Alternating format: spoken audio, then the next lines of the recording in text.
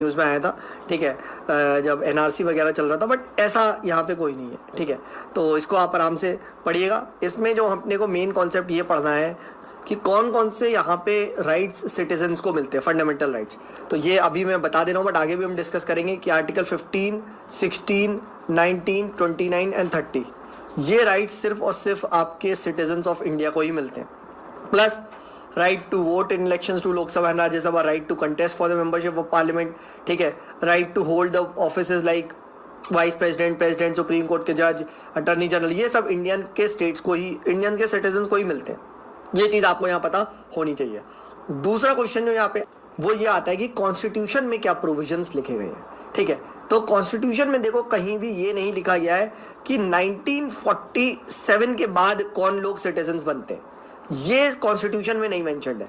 1947 and उससे पहले कौन लोग सिटीजन बनते हैं, ठीक है, याद रखना। सॉरी, 26 जनवरी 1950 से पहले कौन लोग सिटीजन बनते हैं, बस इसके बारे में कॉन्स्टिट्यूशन में लिखा है। उसके बाद कौन लोग सिटीजन बनते हैं वो आपके सिटीजनशिप अमेंडमेंट एक्ट में लिखा है। ये चीज ध्यान रखना। पहली बात तो एक क्वेश्चन तो यहाँ पे ये, तो 26 जनवरी से पहले 1950 से कौन लोग सिटीजन बने, ठीक है, वो आप यहाँ पे आराम से, ये लोग हैं, ये बने, ये सिटीजन आराम से पढ़ सकते हैं, बट ये अगेन इंपॉर्टेंट नहीं है। What is important is citizenship amendment act. इस पे पहले भी क्वेश्चन आ चुका है एंड इस पे पूछा भी जाता है। तो सिटीजनशिप अमेंडमेंट एक्ट कहता है कि अगर आपको इंडियन की सिटीजनशिप चाहिए, ठीक है, तो आप कुछ तरीकों से ले सकते हैं। तो सबसे पहला तरीका है यहाँ पे सिटीजनशिप लेने का, सिटीजनशिप एक्ट में जो लिखा है वो है बर्थ, कि by birth if you are born in India, ठीक है, तो आपको सिटीजनशिप मिल सकती है। Then comes by descent. Descent मतलब कि अगर आप इंडिया के तो बाहर बॉर्न हुए हो बट आपके कोई पेरेंट्स इंडिया है, इंडिया के सिटीजन है, तो उस तरीके से आप ले सकते हो। Third comes by naturalisation, third comes by registration.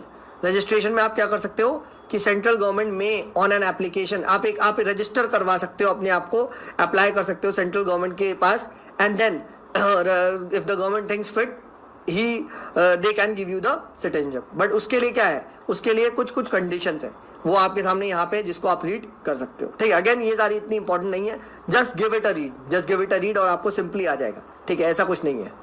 और देन आपका आता है नेचुरलाइजेशन। नेचुरलाइजेशन के अंदर क्या आता है कि अगर आपने एप्लीकेशन अप्लाई करी है, अगर आपने रजिस्ट्रेशन के लिए अप्लाई कर रखी है तो आपके पास ये सारे टर्म्स एंड कंडीशन होने चाहिए। अगर ये नहीं है तो आप नेचुरलाइजेशन के अंदर अप्लाई कर सकते हो, ठीक है। तो नेचुरलाइजेशन की यहाँ पे जैसे ये कंडीशन है कि if he is a citizen of any country he undertakes to renounce the citizenship of that country and India में अप्लाई करता है, ठीक है। उसके बाद कुछ टाइम के लिए क्या वो यहाँ पे रहता है, he is of good character, ठीक है, he has educate knowledge of language in the 8th schedule, ठीक है, इस टाइप की बात करता है, ठीक है। उसके बाद ये बात चलती है कि he has either resided in India और has been in the service of government of India partly, इस टाइप की है। तो इन सब कैटेगरी में you fit to become under naturalisation category. तो इसमें भी क्या है, आपको एप्लीकेशन के लिए आप अप्लाई कर सकते हैं, ठीक है, you can apply for it through an application and then central government will give. Then तरीका है क्या कि इनकॉर्पोरेशन ऑफ टेरिटरी, कि अगर सपोज करो लेट अस से सिक्किम को हमने एक्वायर कर लिया तो सिक्किम के लोग ऑटोमेटिकली हमारे देश के सिटीजन बन जाते हैं, तो गवर्नमेंट विल गिव, ठीक है। तो इस तरीके से आप यहाँ बात कर सकते हो, ठीक है। तो ये हम लोगों ने बात करी कि कैसे लिया जा सकता है, by birth, bye decent, bye naturalisation, bye registration, bye incorporation of territory. अच्छा, लॉस ऑफ सिटीजनशिप भी कहाँ है, तो लॉस ऑफ सिटीजनशिप भी कॉन्स्टिट्यूशन में नहीं लिखा है, ये भी सिटीजनशिप अमेंडमेंट एक्ट 1955 में लिखा है। कैसे लॉस किया जा सकता है, बाय रिनाउंसिंग। रिनाउंसिंग मीन्स कि भाई आपने डिक्लेयर कर दिया कि अब मुझे इंडियन सिटीजनशिप नहीं चाहिए, ठीक है, and you have got the other citizenship, और आप क्या कर रहे हो, आप एक डिक्लेरेशन देके यू लीव द सिटीजनशिप, ठीक है, तो यू रिनाउंस योर सिटीजनशिप, ठीक है।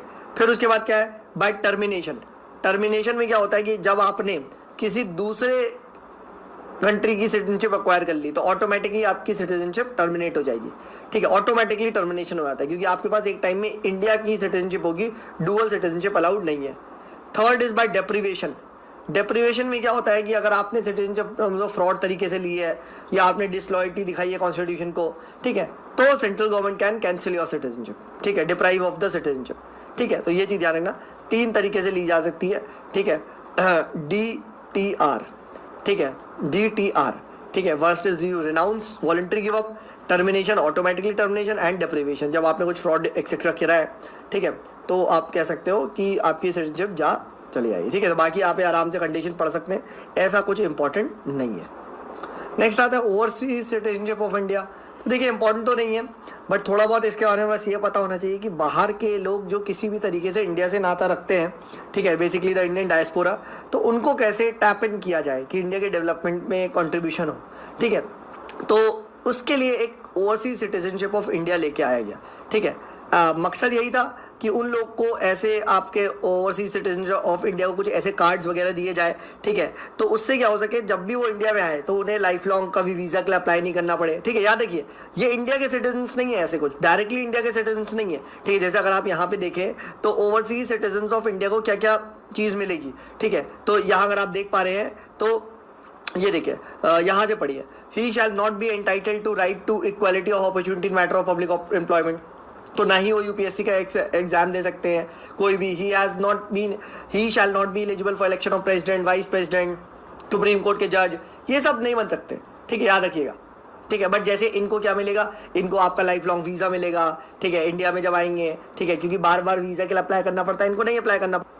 उसके बाद आप ये देखिए यहाँ पे लिखा है multiple life long visa for visiting India for any purpose, ठीक है, ये चीज़ ये इसकी बात की गई है। फिर उसके बाद यहाँ पे देखिए exemption from registrations with the foreign regional registration officer, ये सब भी यहाँ पे नहीं करना पड़ेगा for any length of stay in India, वरना ये सब भी करना पड़ता है, ठीक है। इस टाइप की बात चलती है। काफ़ी सारी इनमें फैसिलिटीज़ भी जाएगी in terms of economic, financial, education, ठीक है, except in the matters relating the agriculture और plantation, they can not buy the agriculture और द प्लांटेशन वाली प्रॉपर्टीज़, ठीक है, बट इनको और सारी फैसिलिटीज़ भी दी जाएगी, ठीक है, इस टाइप की बात है।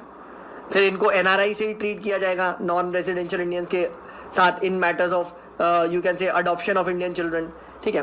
देखिए एनआरआई कौन लोग होते हैं ना, एनआरआई लोग होते हैं सिटीजन्स ऑफ इंडिया प्रॉपर, बस वो कुछ टाइम के लिए बाहर रहते हैं। जैसे अगर आप लोग लेटर से यूएस जा रहे हो पढ़ाई करने, तो आप क्या हो गए और आप वहाँ पे थोड़ा बहुत जॉब करके वापस आ रहे हो, ठीक है, कुछ टाइम के लिए आप हो, तो आप वहाँ एनआरआई हो, नॉन रेजिडेंशियल इंडियन। ये क्या है, overseas citizen of India, India से कनेक्शन रखते हैं बट इंडिया के सिटीजन्स नहीं है, ये चीज़ ध्यान रखना, इंडिया के सिटीजन्स नहीं है, ठीक है। तो ये आपका ओवरसीज सिटीजन ऑफ इंडिया का कॉन्सेप्ट है, ठीक है, तो ये चीज़ ध्यान रखना। फिर उसके बाद जो लोग ओवरसीज सिटीजन ऑफ इंडिया के कार्ड होल्डर होंगे उनको इवन फ्लाइट में जो एयर फेयर्स होते हैं डोमेस्टिक सेक्टर्स में, वो सब में नेशनल ट्रीटमेंट मिलेगा, ठीक है, ये सब में नेशनल ट्रीटमेंट मिलेगा। तो एक काइंड ऑफ डायस्पोरा को अट्रैक्ट करने के लिए यहाँ पे आप कह सकते हो ये मूव चलाया गया था, ठीक है। तो ये चीज़ ध्यान रखिएगा, ओवरसीज सिटीजन्स ऑफ इंडिया के बारे में आप आराम से पढ़ सकते हैं, ऐसा कुछ इंपॉर्टेंट नहीं है, ठीक है, बस पता होना चाहिए कौन एलिजिबल है, क्या है, कभी कभार इस टाइप के क्वेश्चन पूछा जा सकता है, ठीक है। तो ये हम लोगों ने यहाँ पे विद दिस हम लोगों ने क्या कवर कर लिया, सिटीजनशिप वाला जो अपना टॉपिक है, ठीक है।